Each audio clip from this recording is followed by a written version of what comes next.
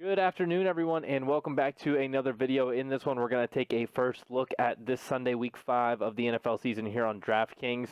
We're just going to look at the main slate, though. I'm not going to be doing the Thursday to Monday. Tomorrow, I'm specifically going to upload a Thursday Night Showdown video, and there will be a Sunday Night Football and Monday Night Football Showdown video as well.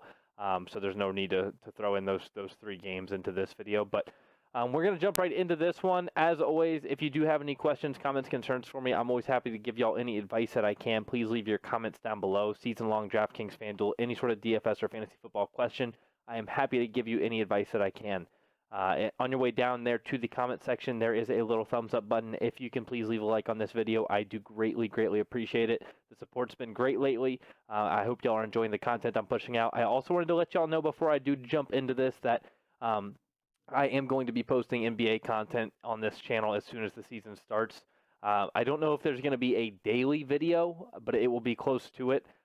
Probably all the significant slates, and whenever I can, at least fit in time to dig in and record a video before I have to go to work or after I get off work. I will do as much as I can in regards to that. But we are looking forward to NBA season, and but let's jump right into this main slate here with the NFL. I think this is another great week. There's just been a lot of really good matchups to start the year off. I've been saying it's a great week. It's a great week. It's a great week. There's just a lot of really good matchups to expose early on in the year. Once we get about week 8, week 9, that's where it starts to become a little bit more cashy on some players because we have so much more of a big sample size when it comes to like saying, they have the worst run defense, they have the worst pass defense, and things like that. So for now, we only have 4 weeks to use as a sample size, which is relatively small. But we're going to jump right into this one. Just talk about a couple of my favorite plays at each position because this is being recorded on Tuesday. So it is a very early look.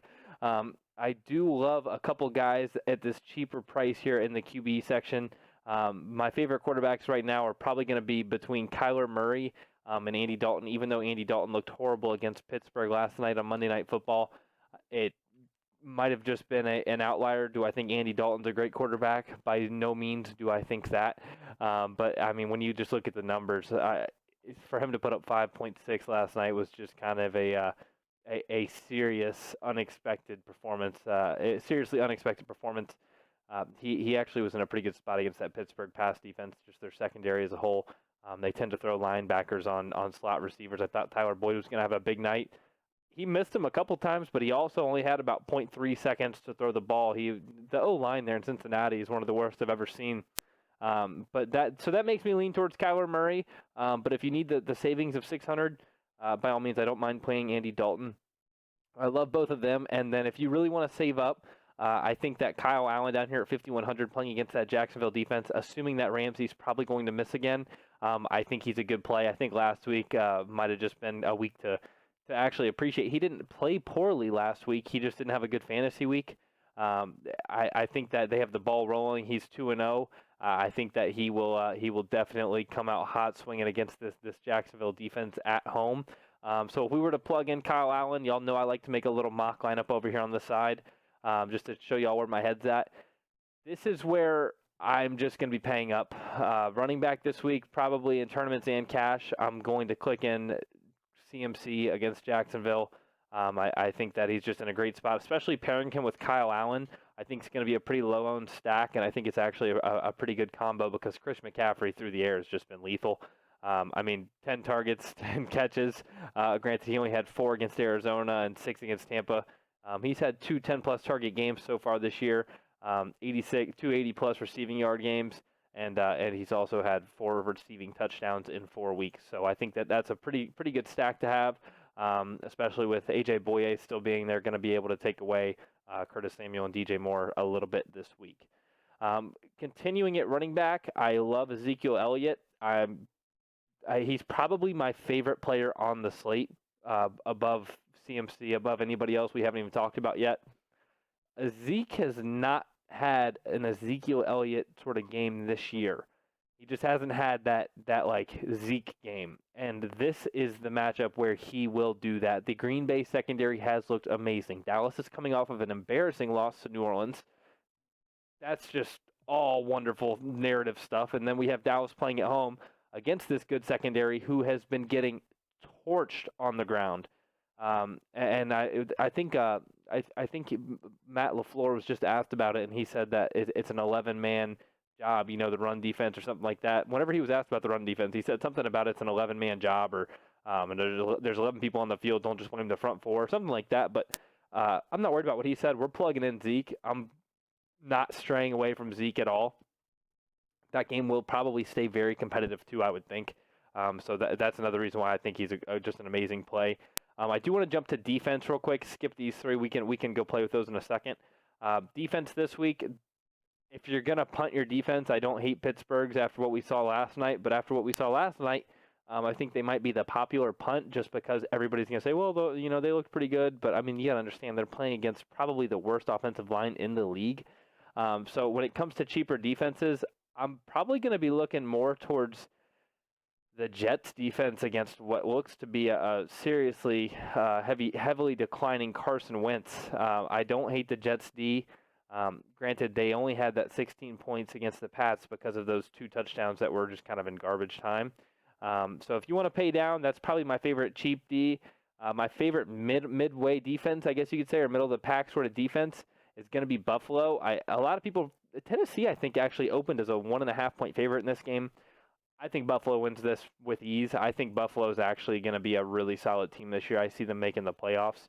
I like their defense against Mariota more than I like the Titans' defense against Josh Allen. And then paying up for defense is what I plan to do this week and just lock in the Pats D. The Pats defense is the real deal. I mean, if you've actually watched the games, they're the real deal, and they look good, they're playing good, and they're really, really producing in fantasy. If I'm not playing them, I'm playing the Bears at 3,800, who are, we all know, the realest of deals. So between the two, take your pick. I'm going to pay up for one of them. I personally prefer the Bears, but I'm a little biased because I love Khalil Mack. He's one of my favorite players in the league, and that's coming from a Lions fan. But take your pick. Washington's offense is probably worse than Oakland's, so the Pats' defense is probably the safer play, even though they're 500 more. I'm going to take the Bears' defense here, and that is contingent on Roquan Smith and Akeem Hicks playing. If Roquan misses, I don't love the Bears' defense, but I'm okay with them. If they both miss, I will take the Patriots' defense. But if they both play, then it's just kind of a lock for me. Coming over here to wide receiver. We just saw Atlanta get exposed by A.J. Brown and Corey Davis, who are wide receivers to a quarterback named Marcus Mariota. He plays for the Tennessee Titans. For that reason, I love DeAndre Hopkins. We have Deshaun Watson throwing the ball to a top 2 but not 2 wide receiver in the league in DeAndre Hopkins. And Atlanta's secondary just looked horrendous last week. I like to target running backs against Atlanta. Houston at home, coming off of a bad loss to Carolina. I think that D. Watson and D. Hop kind of pick it up here and start connecting on some dots.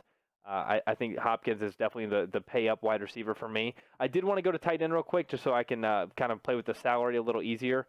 The tight end this week, if you want to play a little bit more contrarian, pay up for tight end, pay up for Waller, pay up for Ingram, pay up for Ertz, whatever you prefer from the 3. I personally lean towards Ingram. In this scenario here, I think Evan Ingram is going to lose some usage with Golden Tate being active this week. If you're going to pay up, that's probably the guy I would go to, him or Waller. I wouldn't really go all the way up to $6K for Ertz. I would take Waller at $1K less.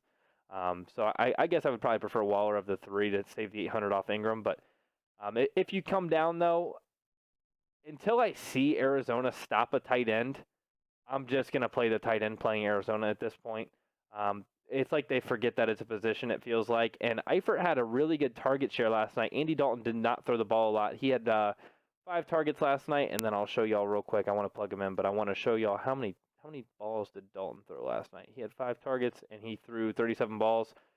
So he had about 15% roughly, I think, target share. It's probably around there. But I don't hate that. I think Tyler Eifert against Arizona, if Andy Dalton has more than 0.3 seconds to throw it, it's a good play. Coming back to wide receiver, though, we're going to have to pay down a little bit here. We have 4,300 average remaining left. This is where I'm going to love Golden Tate. I don't know if we're going to be able to fit Hopkins in this lineup. We'll see what we can do, see if we can find some more value here down below. But Golden Tate, though, as a Lions fan, I've watched him expose the Giants. He's coming out of the slot almost every play and thrives on yards after the catch. So he's going to be avoiding Xavier Rhodes coming out of the slot, which is a very good thing for Daniel Jones to target, is a wide receiver that's not playing or not man-to-man on Xavier Rhodes. So that's pretty much all the reasons why I need to play Golden Tate this week. He's the number one wide receiver in that offense. He hasn't done it yet, but we will soon see Golden Tate will pass Sterling Shepard as the number one wide receiver on that offense. His yards after the catch are just too consistent. Danny Dimes is going to check down to him, and on a super low A dot, like 4 or 5 average depth of the throw to Golden Tate for the whole game, and Golden Tate's going to have like 100 yards and like 5 catches. So it's all yards after the catch for him. I think he's in a good spot. Giants at home, good time for him to come alive. And then if we want to come down here and save some money at wide receiver, Damiere Byrd's probably going to miss this game. He missed last game. I think he's going to miss this game, and if he does, it allows a pretty easy lock onto Keyshawn Johnson. Keyshawn Johnson is just that's an outlier. 10 targets, I think, in week 1, just kind of a little fluky, especially when you see 2, 4, 3 after. But when Damiere Byrd misses, he will get more looks. If God forbid, if both of these guys miss, then he's just instant chalk. I don't know if Kirk's going to miss. I don't think he would. But for now, we'll plug in Keyshawn, and that is contingent on one of these two guys missing. And then that leaves us 4,900 in our flex. We can sit here and look at the flex range. I'm okay with quite a few of these guys, actually. I actually really like Courtland Sutton. Courtland Sutton, he performs. He's obviously Flacco's favorite target. I don't know, actually, between him and Sanders, who's getting more targets. Where's Denver? I think Sanders might have gotten more targets so far. I'm not sure. Let's see. 7, 13, 5, 9. And then Sutton's at, it's just neck and neck. 7, 13, 5, 9, 8, 7, 7, 9. Yeah, so, I mean, it's a pretty split target share between the two of them. I prefer Courtland Sutton just because I think he's got that in zone, red zone sort of a target. I mean, he's not a yards after the catch guy, kind of like I consider Emmanuel Sanders to be. Like in the red zone, for example, Daniel Jones is probably not going to be looking straight for Golden Tate. He's going to be looking for Golden Tate on the 50-yard line and then break that long one. Versus when they're in the red zone, he'll look for Evan Ingram. That's kind of how I'm going to feel looking at Courtland Sutton. He's got that size and stature to be able to make, get those red zone targets rather than Emmanuel Sanders, who's kind of the smaller, quick guy. Not that Sanders obviously can't catch a red zone target, but that's just kind of how I prefer Courtland Sutton between the two.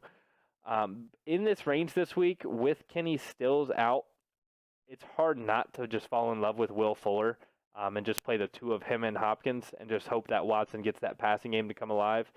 What you could do, honestly, is come off one of these two running backs maybe and try to get Watson in there for a stack of the three of them. If I'm going to come off one of these running backs, it can't be Zeke. It just can't be. But if you want to do a Houston stack, I'm okay with that against Carolina. Just target that Houston passing game. I would probably be looking between Will Fuller here. I don't think you have to play Watson to play Fuller and Hopkins. I think you could just play the two receivers and be fine. And save that money at QB and hope that Kyle Allen performs with CMC. But it's going to be Will Fuller, Aguilar, or maybe even Courtland Sutton in this range. I'm okay with Curtis Samuel too. We're going to get some more news throughout the week in regards to all these Qs next to people's names. We're going to see who's in, who's out. That'll help us be a little bit more definitive. I think Aguilar is honestly probably my favorite now that I'm really thinking about it. He's in a good bounce back spot, and nobody's really going to be on him because he just burned a lot of people last week on that Thursday Night Football showdown slate. So if we were to plug in Aguilar, I'm okay with that lineup for the first look here. If you do have any questions, as always, though, leave them in the comment section below. Are you in love with any players this week that I did not mention on this first look? Let me know. One of the highest scoring games that I feel like I did not talk about was the Tampa Bay at New Orleans game. I do want to mention real quick this huge misprice on Michael Thomas at $6,600. I wanted to mention that when I was at wide receiver. $6,600 for Michael Thomas is just not a fair salary. He converts almost every single target into a catch.